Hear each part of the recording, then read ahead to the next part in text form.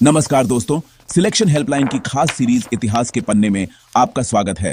1 सितंबर का दिन भारतीय और विश्व इतिहास दोनों में ही बहुत ही महत्वपूर्ण रहा है। इस दिन कई ऐसी ऐतिहासिक घटनाएं घटी हैं जिन्होंने दुनिया और भारत की दिशा को बदल दिया। तो चलिए बात करते हैं 1 सितंबर की कुछ प्रमुख ऐतिहासिक घटनाओं के बारे में। 1929 द्वितीय विश्व युद्ध की शुरुआत 1 सितंबर 1929 को जर्मनी ने पोलैंड पर हमला किया था। इसी के साथ ही दुनिया के इतिहास में अब तक का सबसे बड़ा और सबसे विनाशकारी युद्ध द्वितीय विश्व युद्ध शुरू हो गया था।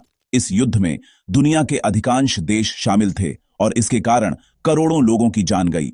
1947 में इसी दिन भारतीय मानक समय यानी IST को अपनाया गया। भारत की स्वतंत्रता के कुछ ही हफ्तों बाद 1 सितंबर 1947 को देश के लिए एक ही मानक समय यानी IST को आधिकारिक रूप से अपनाया गया।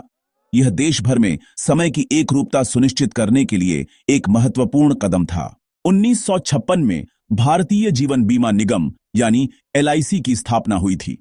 भारत सरकार ने 1 सितंबर 1956 को भारतीय जीवन बीमा निगम की शुरुआत की थी।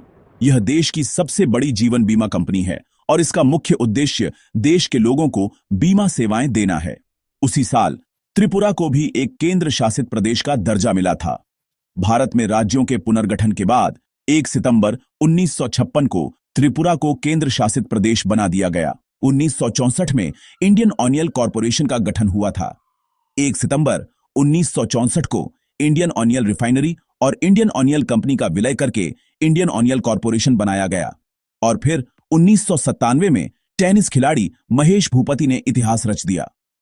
1 सितंबर 1997 को महेश भूपति ग्रैंड स्लैम जीतने वाले पहले भारतीय खिलाड़ी बन गए।